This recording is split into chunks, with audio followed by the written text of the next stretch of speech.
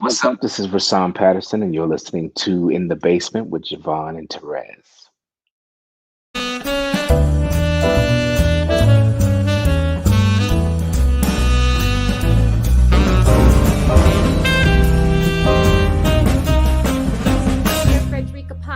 And you're watching The Basement with JaVonne and Terez. I am Jensen Atwood, and you are watching In the Basement with JaVonne and Terez. One take. Thank you, Jensen. Loved it. Hi, I'm Rodney. You're watching The Basement. Stay tuned. Okay. The Basement.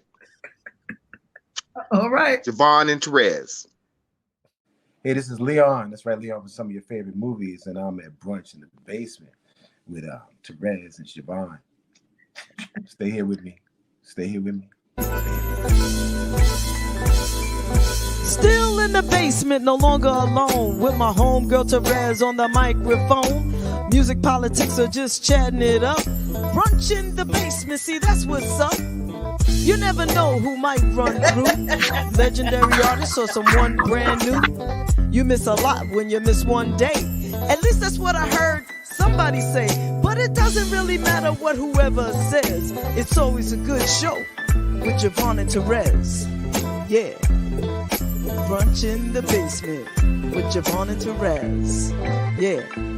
Let's see who we got today. Come on, everybody's a friend in my head. I already know everybody. Whatever it is, it's gonna be good. One day I'll tell you about me and Shaka Khan, but you know. Oh my gosh. Yeah, but she doesn't know anything about it. But anyway. No, she doesn't. She wasn't even there actually. But anyway. Our senses though, Jay. She's got our ears and I'm gonna send y'all some perfume. I'll definitely get an address. I'll send y'all out tomorrow. You can send me some cologne, because I mean, you know. Yeah. Just in case I should meet Shaka Khan, I want to smell really, nice. Oh God. Okie dokie, babe. Whatever you say.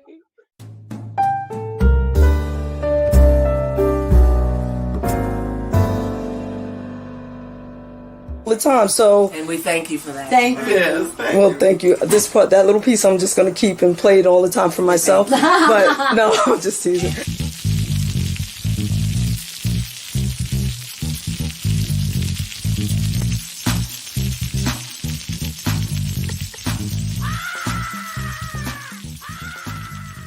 First eyes, feel like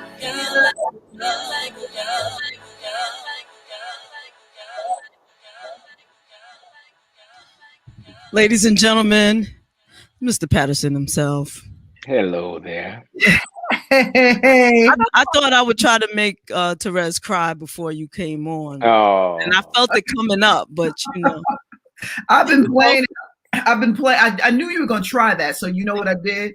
I've been playing it since last week anyway. All good. It's all good. Hey, bro. How you doing? I'm good. How are you? I'm good. What's been going on? How you doing? I'm good and blessed, keeping it moving as much as possible as we can in, lockdowns and COVIDs and things like that. Yeah. But I'm blessed, Yes. Good. I know. Hello, JaVonne. How you doing? I'm good. How are you? I'm well. No, I feel so wonderful right now having you on this show. I've been a long time fan, and I feel like this is just such a blessing, and I'm amazed.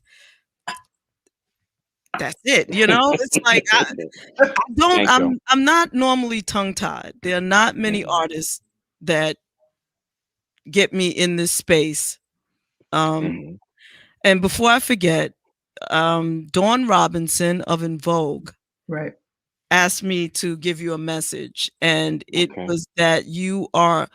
Wait, I want to get it right. I will get back to Dawn what Dawn said, because I was not thinking about Dawn for the first time ever. But you got I have to say that you have golden pipes Mm, Love your vocals. Your styling is your choices just amazing. You could thank sing. you. You're one of the few people who could sing the alphabet and not just be like, what are you gonna do with the letter Z? Wait, wait, Oh, wait. What do you that's get very with nice. V? Oh no, wait to V. So thank you so much for You're welcome. joining us and giving us some time. Thank you all for having me. Thank you for the invite. Yes, yes. Yes.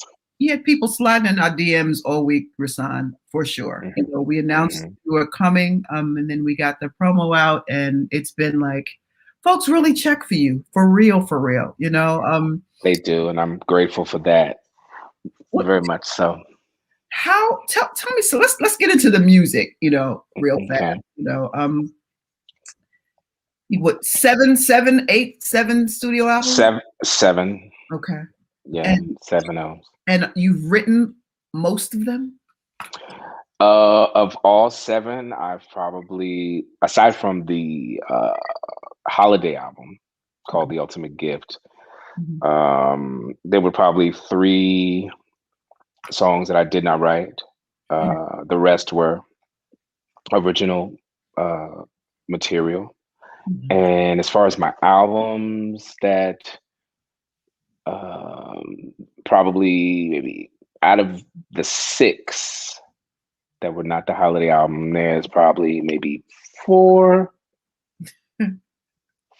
maybe 5 or 6 out of those 6 albums that I didn't write the songs. Wow. Okay. So there's a lot going on internally, clearly. So you are prolific, right? So let me just let you know that Dawn Robinson of En Vogue said, JaVonne, if you remember, please tell Rahsaan that I adore him and he's the baddest male vocalist on the planet, in capital PLANET. That's very nice. Her little laughing out loud, which of course is a very cute giggle coming from giggle.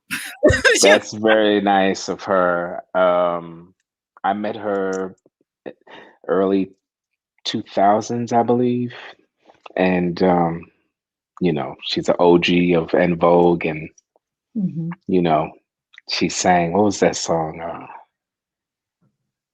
I can't keep wasting my time waiting on you. That was my joint from that album.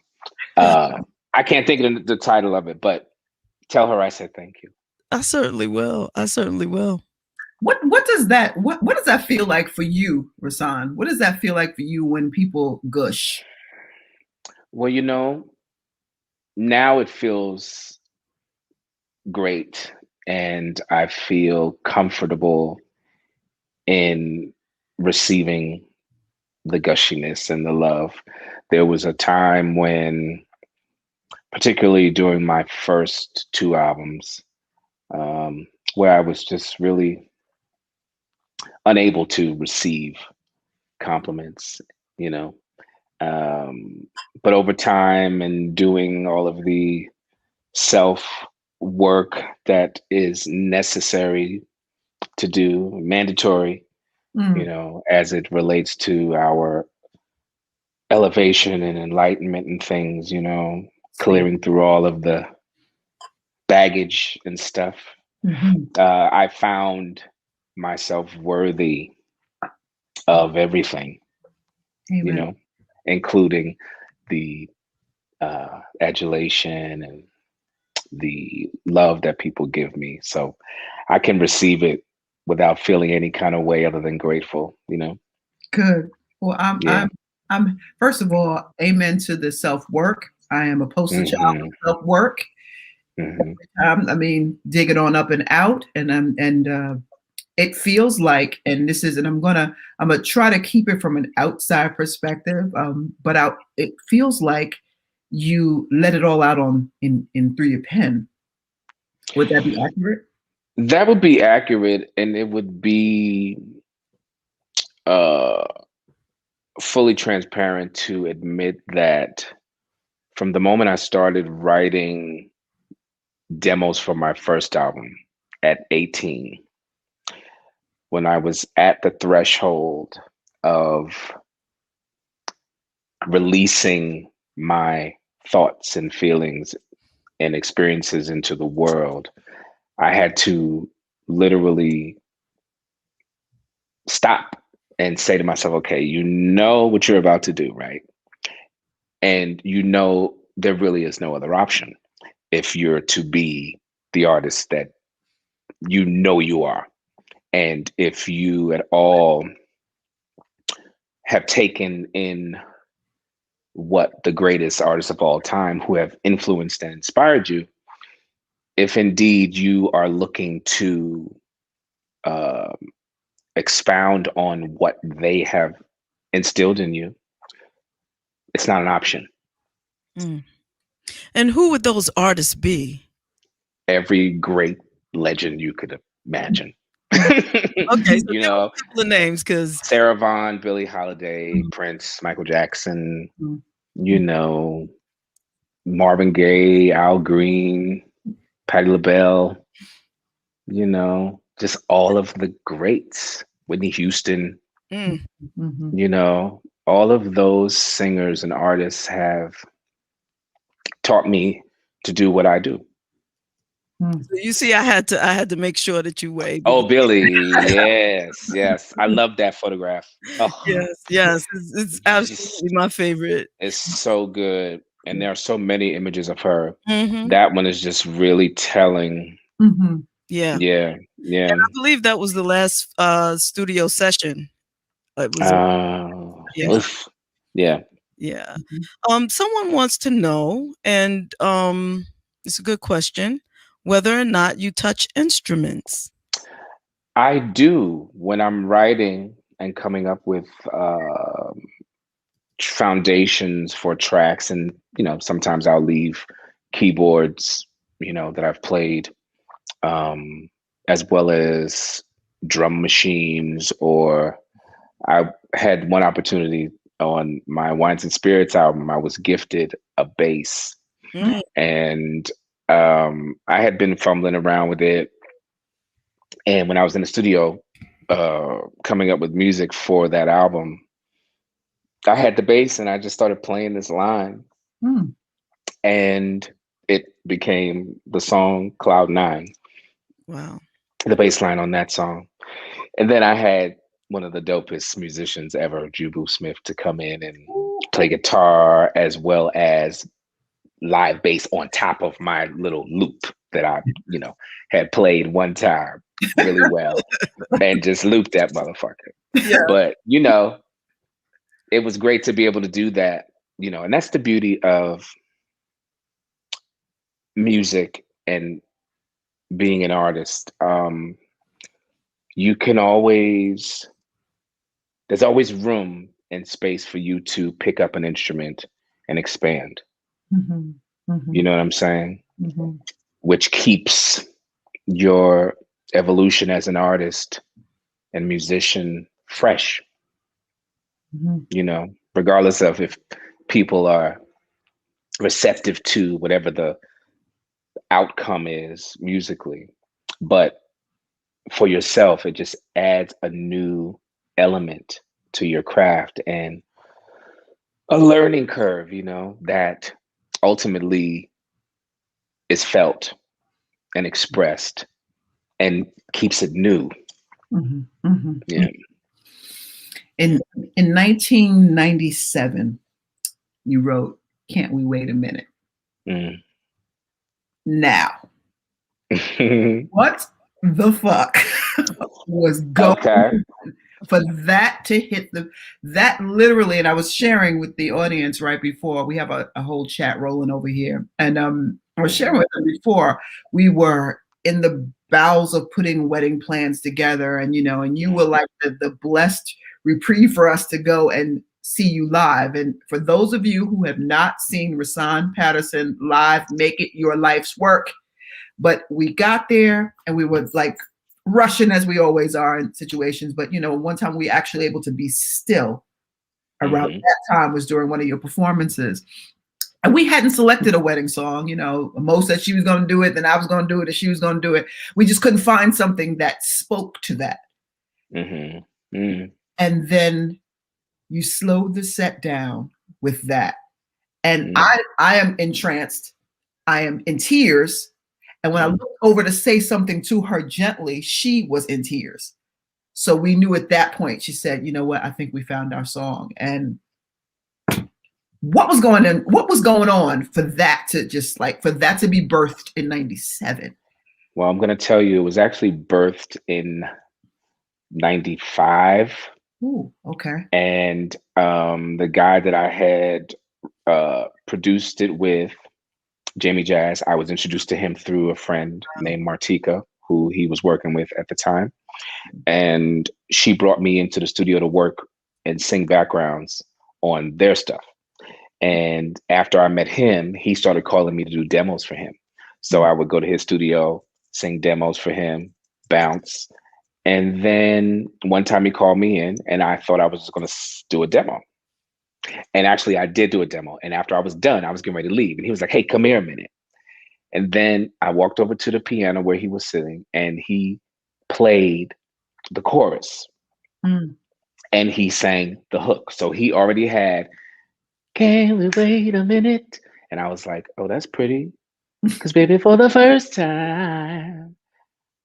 And I was like, okay. And then he said, go in the booth and just sing whatever comes to the top of your head. Wow. What? And at this point, I was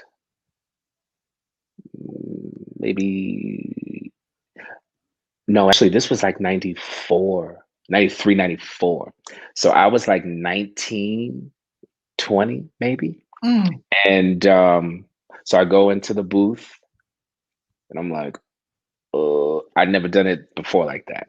So, I just held what that chorus made me feel. And it was so pretty. Like I just instantly was like, and it made me quite emotional. And so I went in the booth and everything you hear was from that day when I recorded off the top of my head. Wait a minute. Are you telling us that Can't We Wait a Minute was a freestyle? Yes. Whoa. Except for the chorus. Yes. So I went in and as I knew where the chorus would be placed. So everything else was just from the top of my head. And when the chorus came, I just sang the chorus. And he hadn't played me the bridge part. So as I was in there, he was playing simultaneously with me as I was singing. And so he just started playing the bridge part. And I just started singing what came to me, and that was it. Wow. That's some because that song is still like quite coveted in this household, as you know. It is one of my all-time Rahsaan Patterson favorites, And thank you for inviting me to sing that at y'all's nuptials. That was really nice. I was honored to have you say yes. It was really nice. Yes. Yeah, and I was telling the folks, the fun fact about it was that people thought that Kiki actually sang our wedding song, and she did not. Right. Rahsaan, Kiki sang at the reception. And shout out to Kiki Wyatt, but she did not sing the wedding song that was sang by Rahsaan Patterson. So we got that out the way. And that was a fun trip too. Yeah, a fun few days. Yeah. We were actually stuck in Hawaii in a good way, because we had a blizzard on the East Coast. So we just stayed in the pool and drank. Exactly. Yeah, that was really nice.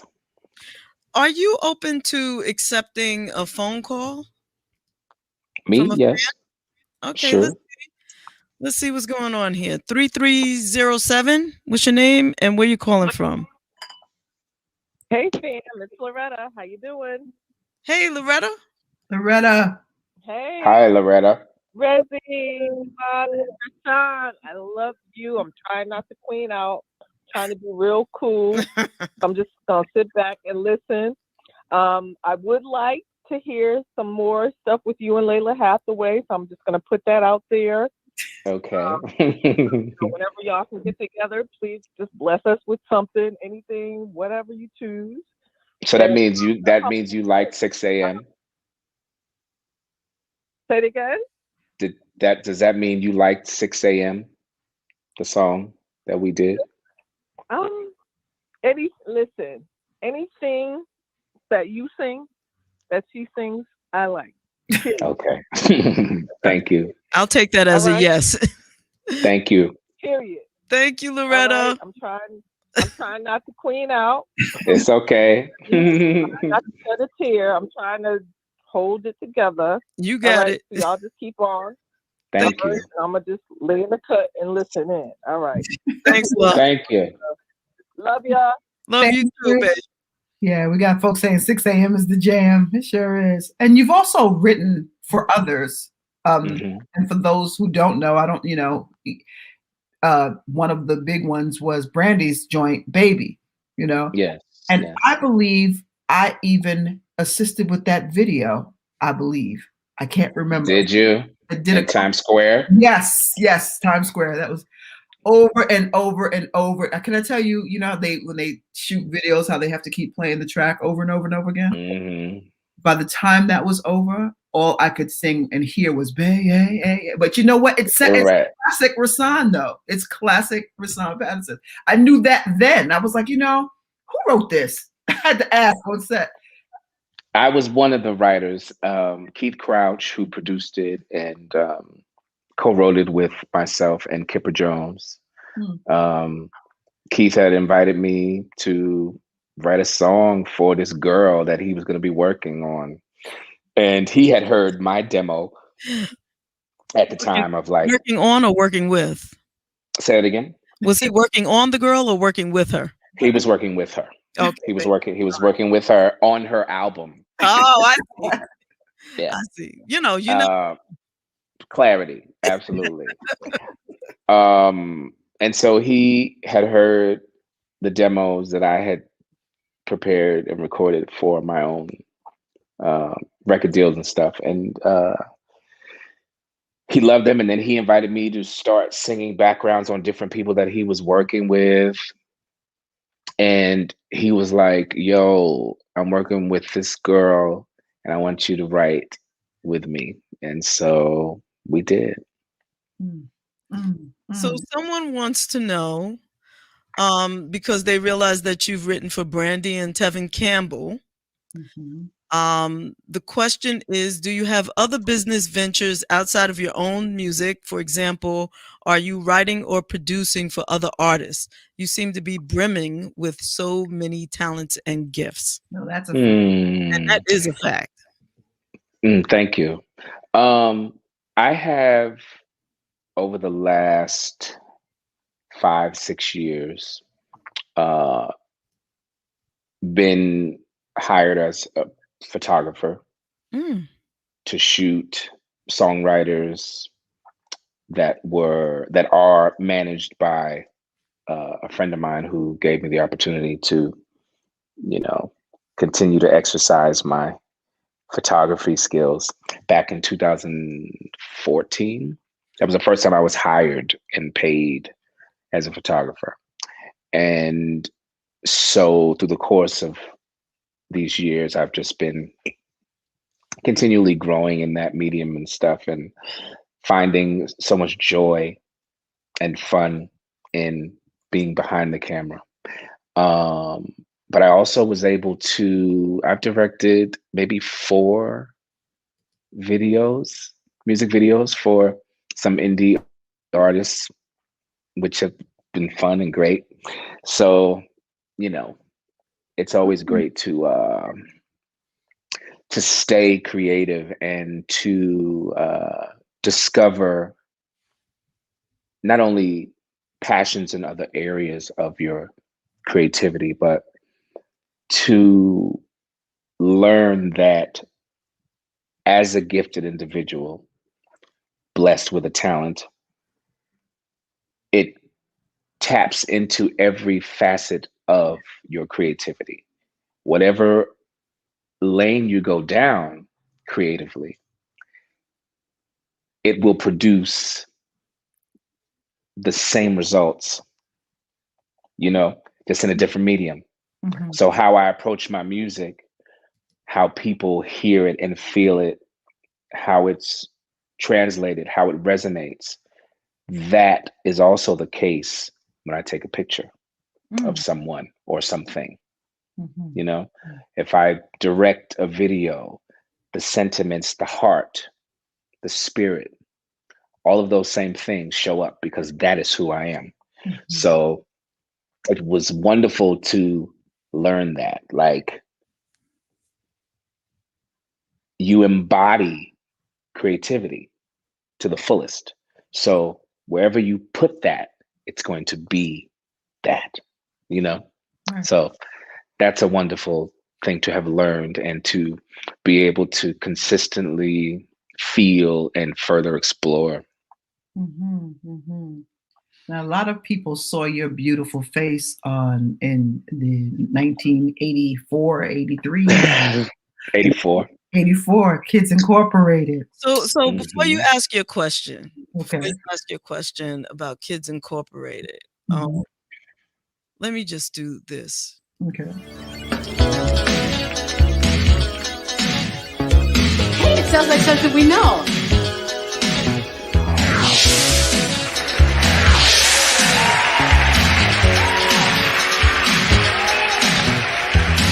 Feels like my battery's in need of a jump. Our love is running down and fell into a slump. Give me a spark to get my fire burning, get my engine moving and set these wheels a turning. Our love could do some rejuvenation. You've got the time, I'll bring the sweet conversation. Romance is here to stay. I'll testify 'cause I need some today. So won't you jumpstart my heart? Start me up when I'm running down. Jumpstart my heart. Lift my feet up off the ground.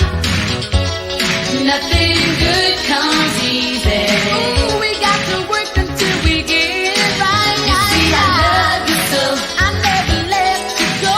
I wanna hug you and kiss you, keep you right here with me. So won't you jumpstart my heart? I had to. I'm sorry. Lord have mercy. I had to. It's really okay.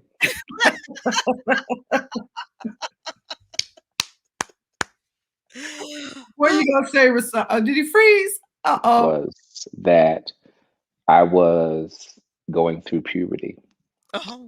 And so I just felt like shit all the time. I was no longer cute to myself. My nose was getting bigger, my voice changed, my voice was just like going through, and I was going through with it, and that was my last season on that show. And it was my last season because I was no longer the cute little boy from 1984 to 1986. By the time I was like 14, which is what that was, it was just a mess.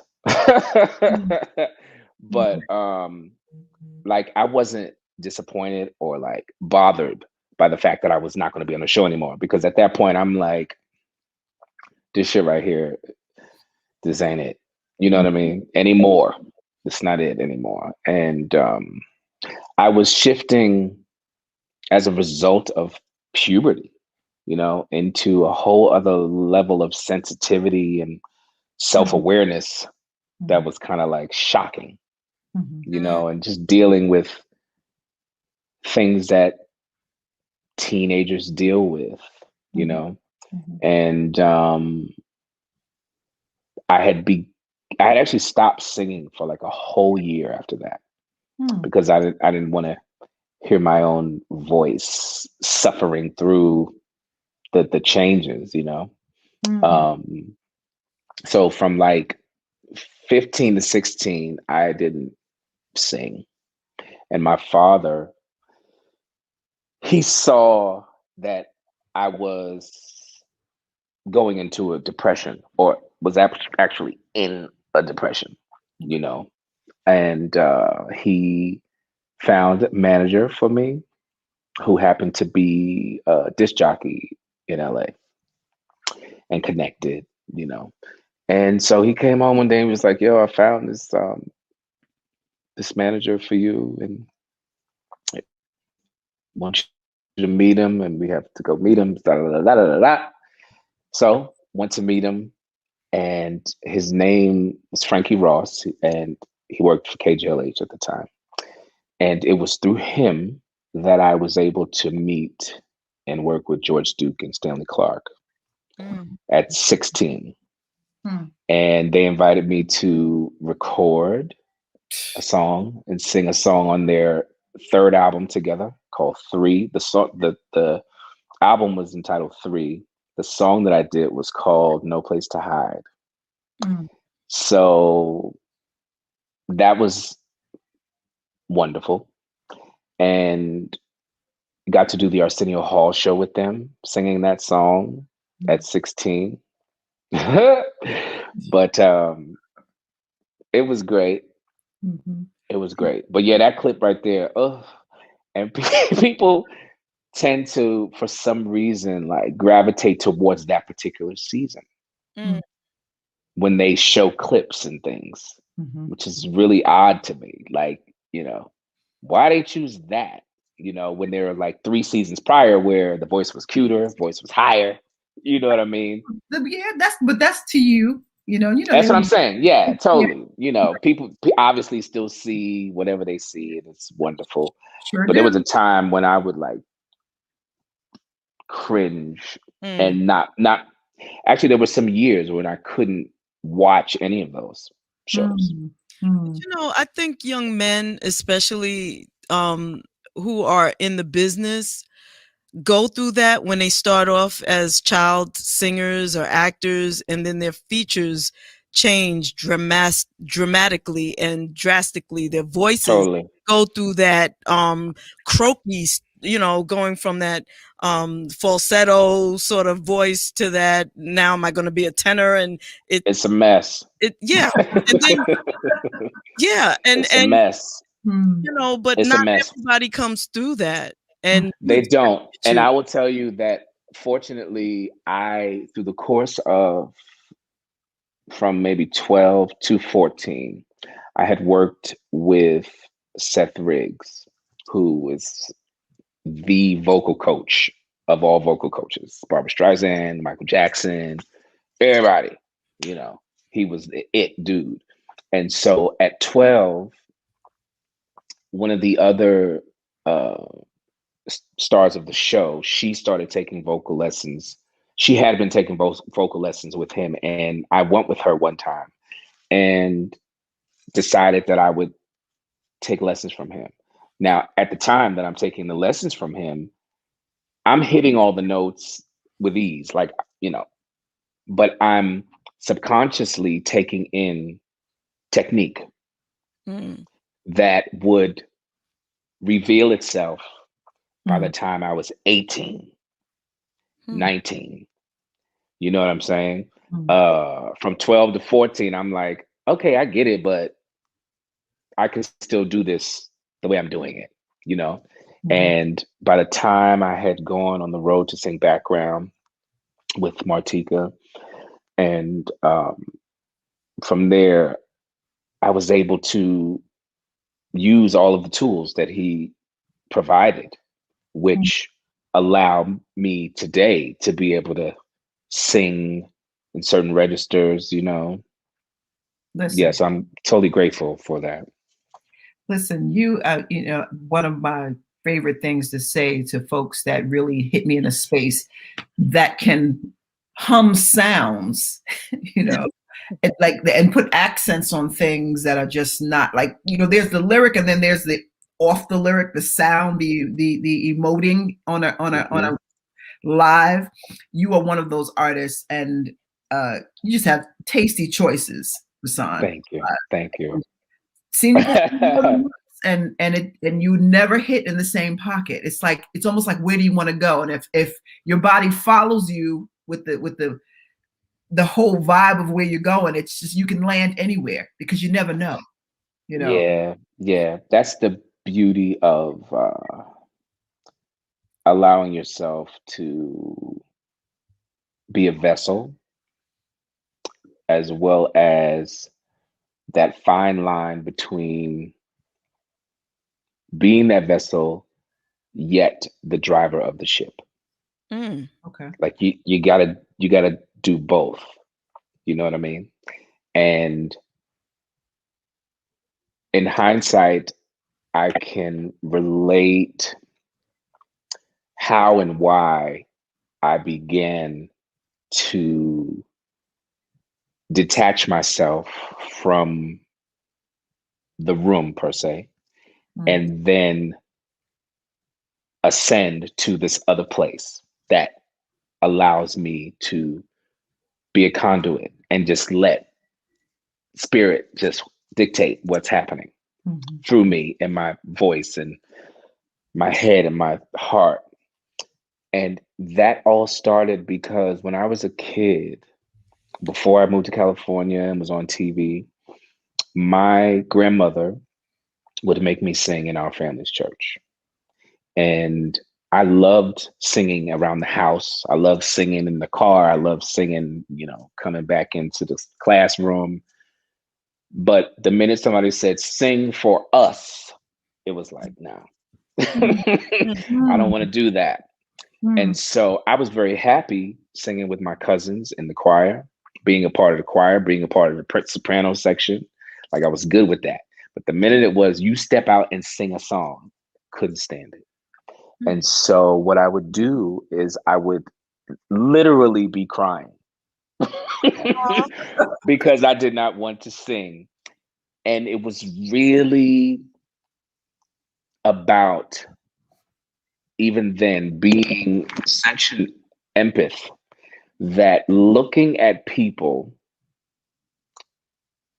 I thought that it was more about them looking at me, but it was not. It was about me being able to see all of them. And it was too much for me. And so I would disconnect and I would close my eyes so that I didn't have to see anybody. And in doing that, I was able to go, outward. And with that, it's like space travel, essentially. Yeah. So that's why it still happens today. Would you liken that to stage fright a bit? Absolutely. Absolutely. However, I did cross that line of not being afraid anymore. Okay. Knowing though that my intention is to immediately go to that place, not to avoid the people anymore, but because that is where the purest form of the expression comes from. Okay. Yeah. Okay. Wow. How does that? And I'm gonna drill down on that just a minute. To ask this question. I'm not gonna do no psychosocial, but I definitely promise you I'm not gonna do that. But I definitely want to know how that translates to intimacy. In what sense? Well, what comes up immediately for you? Hearing that? Not certain if you're talking about physical intimacy with a person or the intimacy of standing in front of tons of people singing, which in a lot of ways is very much the same. In a lot of ways. In a lot of ways, it's very much the same, because it's full transparency. It's sensual, it's stimulating, it creates a feeling of divinity. Okay. You know what I mean? Depending on who you're watching sing or who it is that's, you're there to be entertained by. Mhm. You know what I mean? Mhm. Because not every person that gets on a stage taps in to that. Facts. You know what I mean? I was always drawn to the ones who did when I was younger, and still, Mhm. you Absolutely. know, those performers and those artists, those singers, those musicians that just tap in and tap out like all the way, you know. So yeah, as far as the intimacy part, but what were you referring to? I wanted to see honestly what came up immediately. I would have taken either answer. I just I know from the audience perspective what it feels like because I'm a lyric queen, you know, and tapped into some good old Rahsaan Patterson phrasing and just the way you caress not only the lyric but just your intention, you know. Now all this could be in my head and it can stay there. And you know it's interesting. It doesn't feel like it though. But it's not. But what? In your head. Yeah, I know it's not. But you know what's interesting about it too? For a very long time, and I've worked with artists since, you know, in theater and for a very long time. And one of the things that I had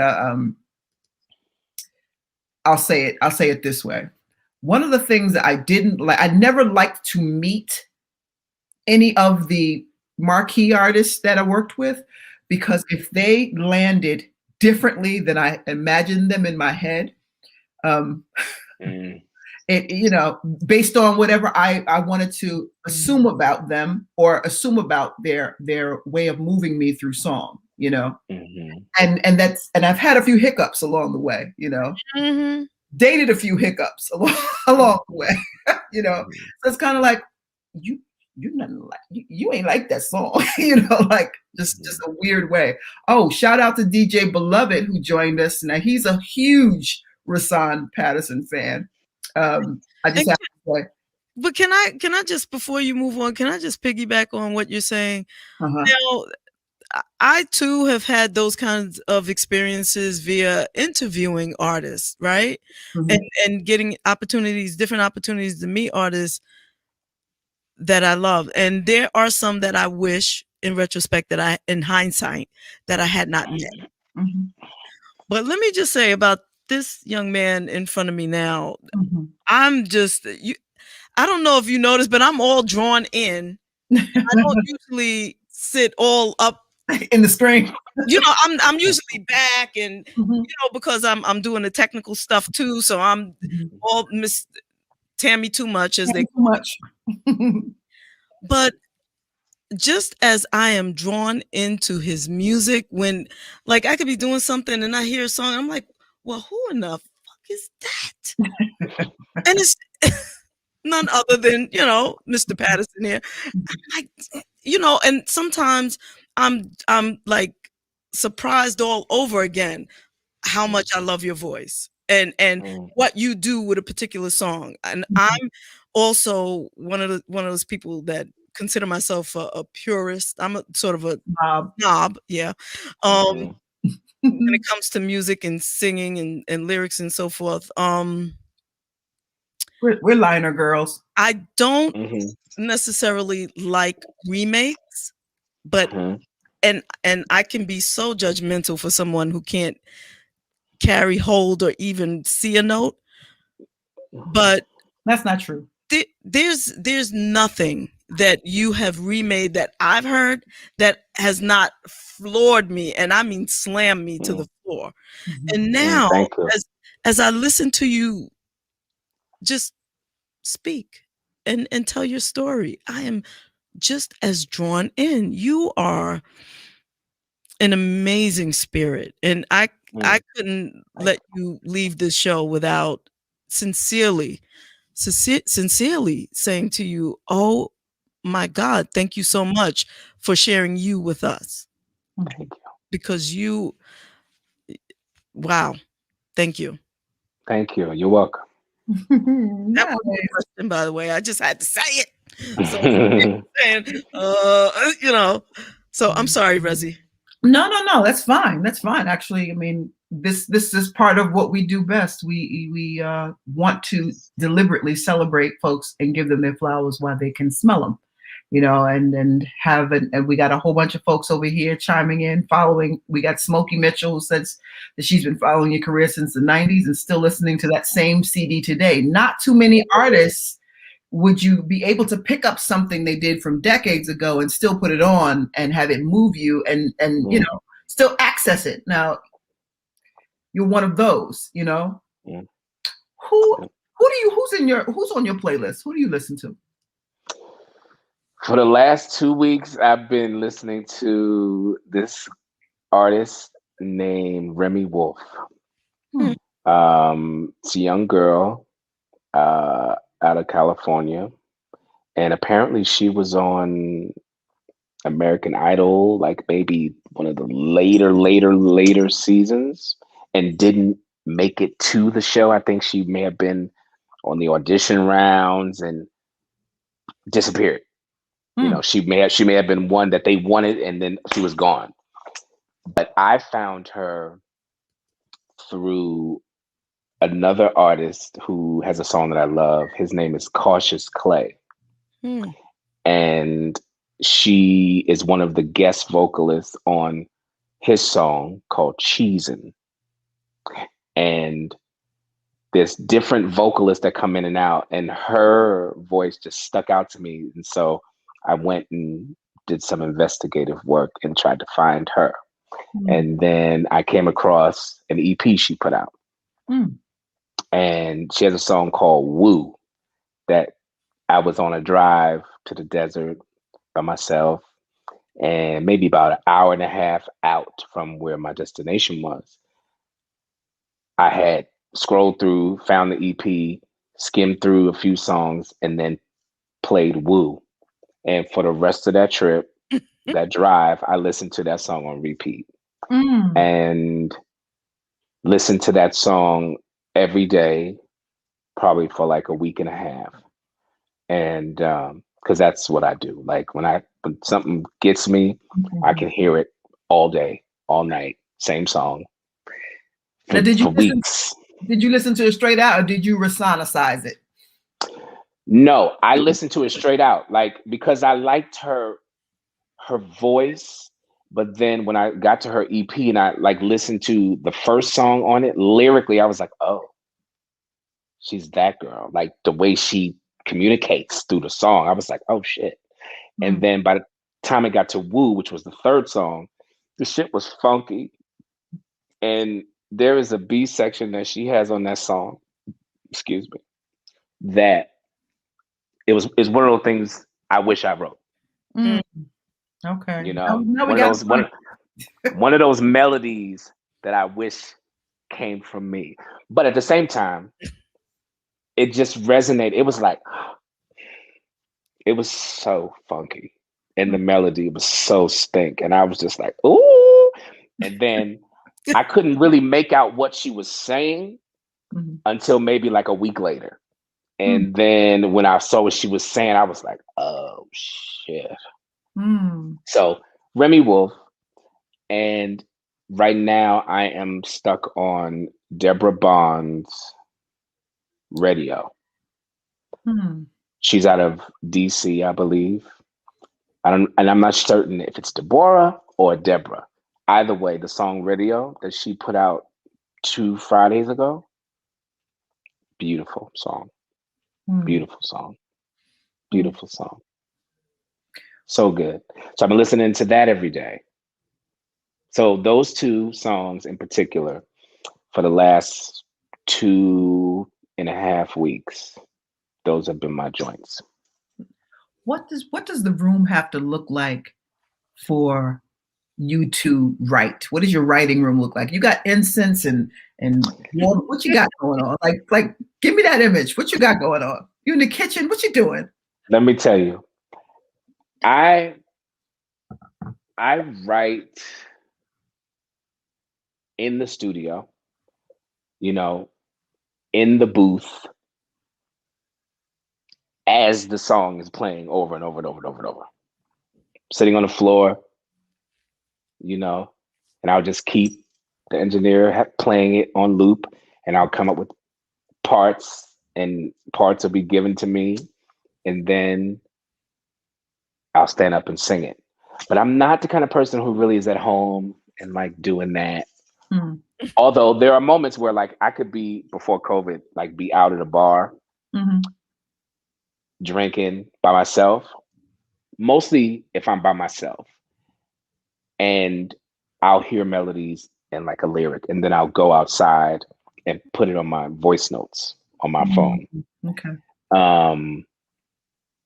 But yeah, I'm not somebody who needs a whole setting to feel like, okay, now come, you know. It's at random times. If it's not when I'm in the studio specifically creating to write, you know. And every now and then I could be in the car driving and a thought will pass and it'll be lyrical, and then I'll, you know, type it in my notes, you know, and then maybe go back to it later, maybe. What about house music? What do you think about house music? What do I think about house music? What do you mean? What do I think about house music? House music is everything. It's everything. Okay. It's everything for me. And it'll be when I am pre-COVID at house clubs, one in particular in Los Angeles that I would go to. They would have a night called Dirty Dirty House with what's his name? Something Powell. Can't think of it right now. Tony Powell. So he would spend every other Thursday. And so I had been going there for years, since like early 2000s. And it would be in the midst of celebrating and rejoicing with house music lovers and having that connection with spirit, you know, when lyrics and melodies would come to me, and I would leave to go outside and like, you know, put stuff on my voice notes and things. I love house music. I love house music. I'm being a little opportunist here because we got one of the biggest house music producers that I'm aware of on the feed right now, and his ass, and I'm gonna call him out lovingly because his ass tunes in to the show when we must have one of his faves on because he's all up and down this scroll right now. T Powell, yeah, that's who he's talking about. Beloved Tony. Well, yeah, he just typed in T Powell, so he must know who you're talking Tony about. Powell. Yes, Tony Powell. Yes. But, you know, y'all need to collaborate on something. DJ Beloved, because he's one of those. And yeah, I know your moves, man. I just want to tell you that straight out. Because you're only on here when we got one of your faves on, so it must be something about Rahsaan. It brings all the boys to the yard, huh? I love house music though. Like, it's church. Absolutely. It's church. Yes. It is literally church without all that other bullshit. Yeah. You know what's interesting? Before you came on, I played a couple of your more danceable tunes. And I was thinking to myself, because I never actually kind of played them the way I did. And I was like, well, why don't we have more of that? I mean, don't get me wrong. Don't stop with the neo soul giving me some. Oh yeah. Don't stop giving me that. But yeah, well, you know, it has always been incorporated into my catalog over the years. I think it really started to become more prominent initially, like with Say It Ain't Love from Love and Stereo. You know, tapped into that a little bit there. But even prior to that, you know, I've been going to the clubs. You know what I mean? Like, been Chicago, Atlanta, New York, LA, you know what I mean? Warehouse, tracks, yes. you know, Loretta's, like all of that. So I always had a deep love for it. And so I was very cognizant that It Ain't Love was intentionally going to begin down that road, you know, because people have a tendency to get stuck where they discover you. That's true. You know, That's true. And that's a sad truth. Yes, it's unfortunate to an extent. It's understandable though, because music resonates with people so much as a capsule of time. So when people's fondest memories of their life, or you know, whatever age they are at a particular time that your record came out, and if they just started college, it's their college experience, if they just, you know, got a new job, you know, whatever, or just had a kid, like it captures a moment in time for people. So I understand it. However, I've never been someone who understands it and plays along with it for people's comfort. You know, I'm going to go and do what I need to do and still sprinkle some stuff here and there to let you know that that guy still exists. Right. However, this is my expression. I'm not telling your story. If my story resonates with you, that's fabulous. If it doesn't, you should also be able to just listen to the experience from an outside perspective without the expectation that you're going to need to relate to it. Right. You know what I mean? Right. Because I think that's where it gets tricky sometimes, and people assume, oh my God, I don't like that because you're not going through that. That's what I'm going through. Exactly.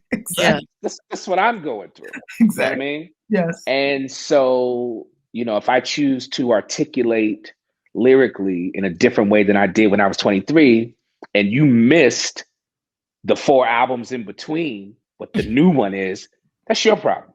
Right. Right. You got to go back and catch up. You know what I mean? Right. Because you've missed the evolution, because it's all been transcendental. You know what I mean? Like, so you got to go and do the work, you know? And I'm not going to stop to wait for y'all, because I'm not that guy. Right. There are many people who will absolutely stay right there because it's safe, because that's what people love them the most. You know, if they sing songs about XYZ, or if they sing in this tone, if they hit this kind of note, then, you know, people are pleased. You know what I'm saying? Some of that could have been messages from like record companies that they seldom get it right, you know, anyway, like messages they've heard from management of fear-based messages, I'll add, you know. Totally. And I had all of that too. You know what I mean? I had all of that shit. And there were attempts to get me to not do certain things, to not wear certain things, you know? So, you know, I am doing a showcase in December of 1996. My album comes out the next month. So I'm in New York doing a showcase that the label has, you know, bought out for me to come with the band, set up all the promotional stuff. Woo, woo, woo, woo, woo, woo.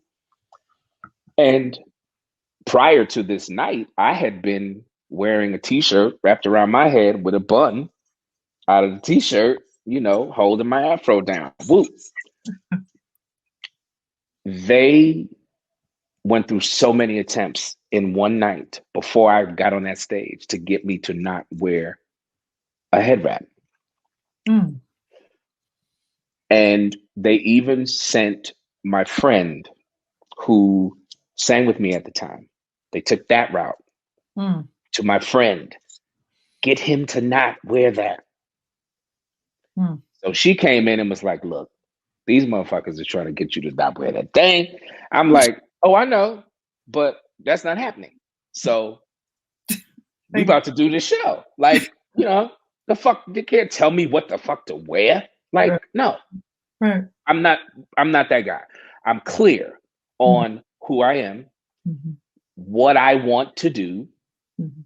You know, the image that is being projected is me. So cut to Music Soul Child's debut, head wrap, bun, and it's okay. Mm. But I couldn't do it. Mm. You know what I mean? That happened all the time. Mm. It happened all the time.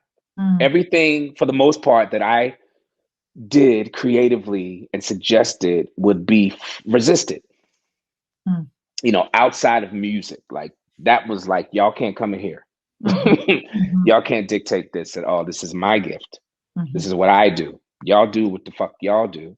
And once I turn this record over to you, that's when y'all do that, what y'all do. I don't do what y'all do. And I'm not going to tell y'all how to do what y'all do. So y'all can't come here and tell me how to do what I'm doing. Right, right. You know, and I don't care if y'all's feelings are hurt, Amen. y'all's egos are crushed, or if y'all want to deny me the opportunity now because y'all mad. If that's what happens, okay. Mm. You know, somewhere along the line, there is someone that needs to hear just that today. Yeah, that shit still happens. Mm-hmm. That shit still happens. And that is why the most important thing, when people ask me, what would you tell up and coming artists, singers, da da da da? You got to be so clear on who you are. Because if you're not, you will become someone else. Mm. Mm. Mm. There's something You'll become somebody else and you'll justify it in between time, like, well, I'm doing it for this and I'll get to them. But once I get there, then I'll. Mm. And then I'll. Like, no. Mm. Yeah. No. There's something super powerful about being able to walk in any room who you are. There's something powerful about that, period. It is. And, you know, I got to say that because I was raised in the family that I was raised in, that has everything to do with it. See. You know, the family that I was raised in, we were allowed to be who we are, you know, and in your discovery of your freedoms, you understood when you looked at all of your aunts and your uncles and your grandparents that they were so fabulous because they were free. Mm. That's beautiful. You know what I'm saying? And you are just an extension and representation of that lineage, you know? So everything that people see and feel from me, what I do, it is very representative of where I come from. I just happen to be the one designated to do this thing, right? To use the platform to magnify who my family is. Mm-hmm. You know what I mean? Mm-hmm. Mm-hmm. Yeah. JaVonne, you want to play a little rapid fire with your song? I absolutely do, but before Oh shit. But before I do, and what you doing over there, Tammy? Don't be scared. We're not going to hurt you, sir. I just want to say that I also want to.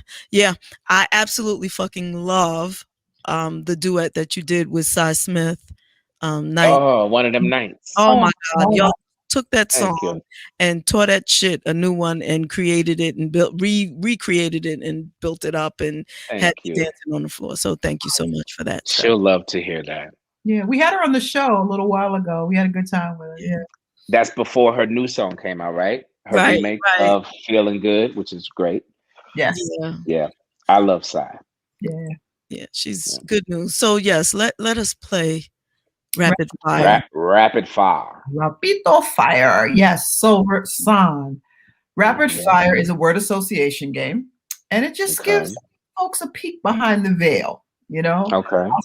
I'll start off and I'll say a word, and you say what immediately comes to mind. Of course, you know there's no censoring, so what immediately comes to mind, I'll go, and then JaVonne will have her way with you. Okay. Wait a minute, and one of our listeners here who put some comments said that you can bring all the boys and the girls to the yard. To the yard. Amen. Amen. Stay right there. All right.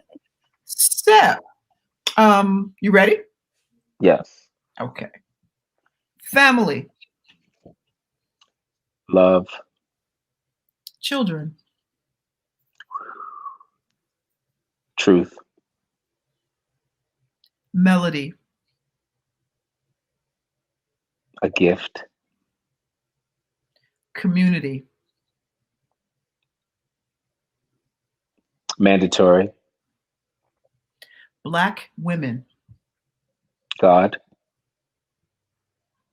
Black men. God. Love. God. Visionary.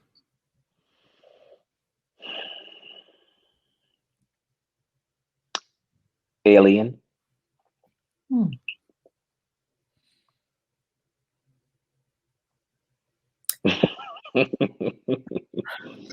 Sex. Heat. Okay. You're up next, JaVonne. No, you have to give him one more. You can't do 9. Oh, that was 9? Okay. All right. So You have to make it even. Okay, my 10th one.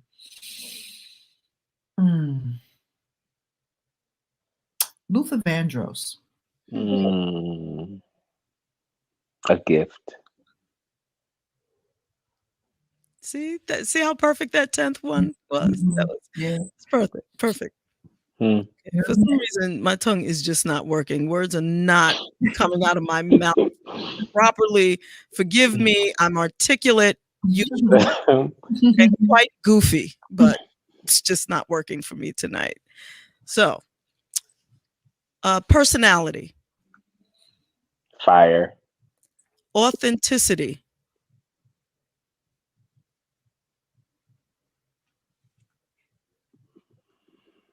Needed. Recreation. A must. Truth. Honor. God. 90 seconds. Black people. Shaka Khan. God. That's all I got for you. What's up next, Rahsaan? What you working on new? What am I working on new? Right now, I am creating merchandise to give to the people. 60 seconds. Nice. Yes. Wonderful. I'm still in Heroes and Gods myself, so I can wait for whatever you got coming, but I'm still there, which was amazing body of work, by the way. Thank you. What was the inspiration behind some of it? Can you tell us what you felt when you wrapped the project, what you thought about it? It was a reminder of the fact that we come from God and that we are descendants of God. And so we must remember that at all times and walk through life knowing that with certainty. Yeah. An amazing body of work. And for those of you who have not seen it, it's his 7th studio album, Heroes and Gods. One last thing, Rahsaan, because we are an international internet radio show, licensed, and we would like to get a drop. We'd be honored to give us a drop for rotation. Okay. And the call numbers are WJBR Internet Radio. WGPR? WJ.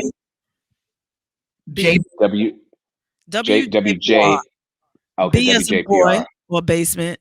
WJBR. Right. Internet radio. Yeah. Right. So wait. I have a request. Mm-hmm. Can you make your drop lyrical? Like, can you kind of sing it a little bit. And did you hit him with that voice though? Which one? The silky voice. Wait a minute. But look, it's him.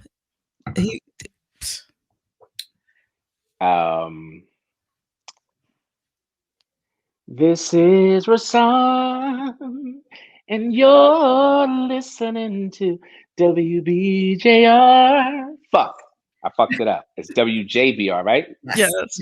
WJBR. Okay. This is Rahsaan, and you're listening to WJBR Internet Radio.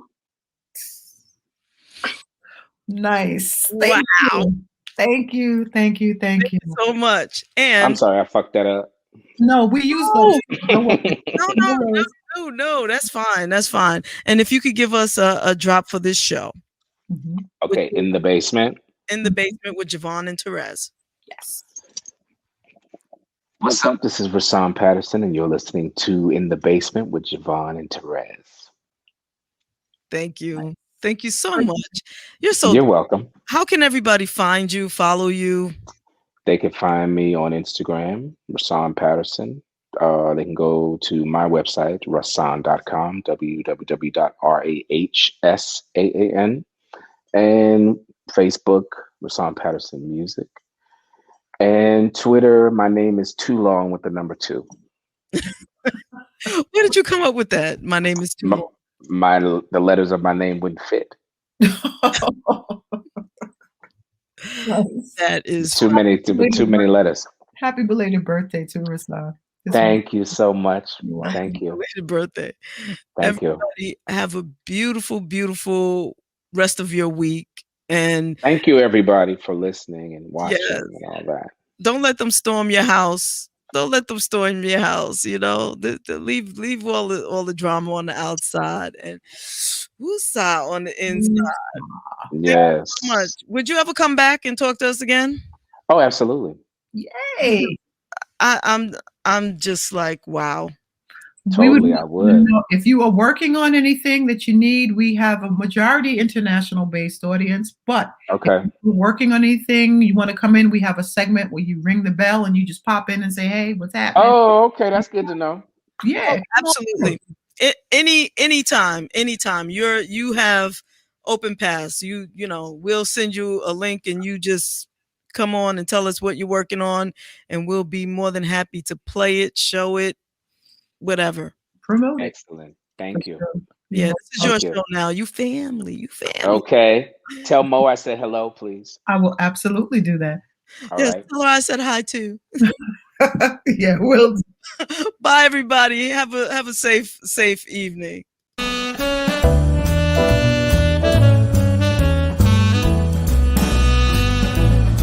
Hi, everybody. You're in the basement with JaVonne and Terez. This is Melba Moore.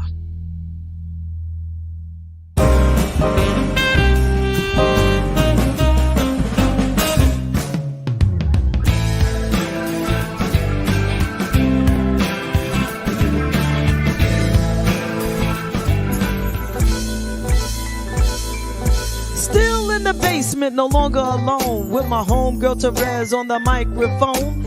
Music politics are just chatting it up. Brunch in the basement, see that's what's up. You never know who might run through. Legendary artist or someone brand new. You miss a lot when you miss one day. At least that's what I heard somebody say. But it doesn't really matter what whoever says. It's always a good show with JaVonne and Terez. Yeah. Brunch in the basement with JaVonne and Terez. Yeah.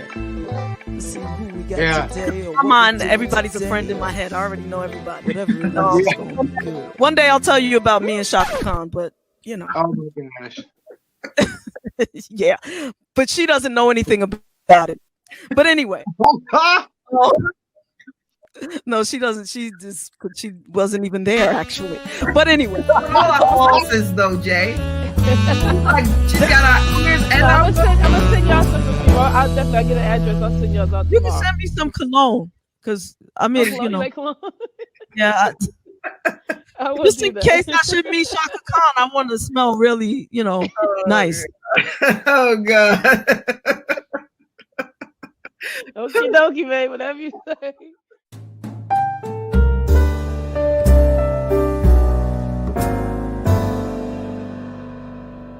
The time, so and we thank you for that. Thank you. Yes, thank you. This part, that little piece, I'm just gonna keep and play it all the time for myself. But no, I'm just teasing.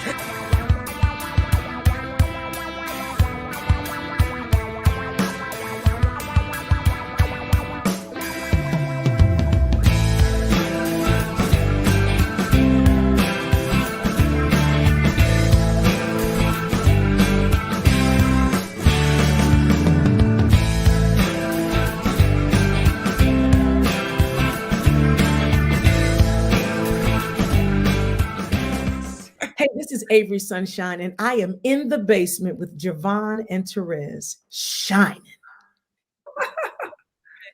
What's up? It's your girl Monifa, and you're tuned in to Brunch in the Basement with JaVonne and Terez. Hey, it's your girl Allison Williams, and you're in the basement with JaVonne and Terez.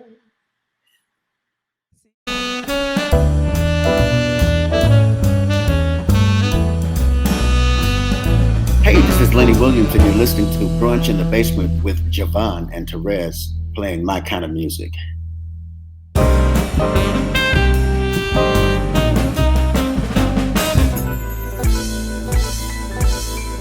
Still in the basement, no longer alone, with my homegirl Terez on the microphone. Music politics are just chatting it up. Brunch in the basement, see that's what's up. You never know who might run through. Legendary artist or someone brand new. You miss a lot when you miss one day. At least that's what I heard somebody say. But it doesn't really matter what whoever says. It's always a good show with JaVonne and Terez. Yeah. Brunch in the basement with JaVonne and Terez. Yeah. Let's see who we got today. Come on, everybody's a friend in my head. I already know everybody. Whatever it is, it's gonna be good. One day I'll tell you about me and Shaka Khan, but you know. Oh my gosh. Yeah, but she doesn't know anything about it. But anyway. No, she doesn't. She wasn't even there actually. But anyway, but she did mention none other than Shaka Khan as one of her influences. Why you gotta say, wait a minute? Why you gotta say Shaka? She did mention no other than Shaka Khan. I'm like, where does your voice go? What happens? What's happening? Even the mere mention of her name.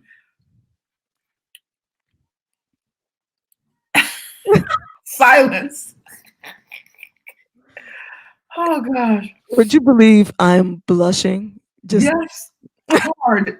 You're speechless blushing. That's the thing. Speechless blushing. Grazi, I can't help it. There's a Shaka rehab, you know. If there's a cure for this, I don't want it. I don't want it. Our senses, though, Jay. She's got our ears and I'm gonna send y'all some perfume. I'll definitely get an address. I'll send y'all out tomorrow. You can send me some cologne, because I mean, you know. Yeah. Just in case I should meet Shaka Khan, I want to smell really, nice. Oh God. Okie dokie, babe. Whatever you say. Just wanted to wish everybody a happy Shaka Hanukkah. All right, thank you. Let's carry on. I'm sorry. JaVonne, there's a pill you're going to be able to take for that. I promise not to tell them which way you went, but they're coming for you.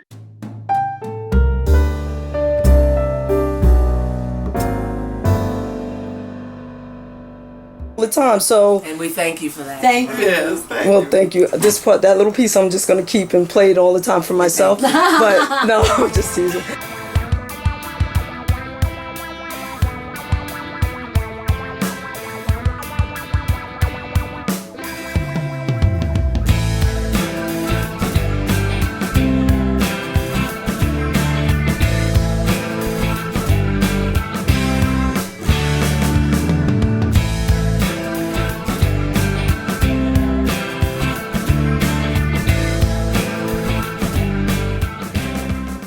and I think it's time, Terez, to do a little rapid fire with Mr. Richard Pryor Jr. I think so. I think so. So yeah. Don't worry, we won't hurt you.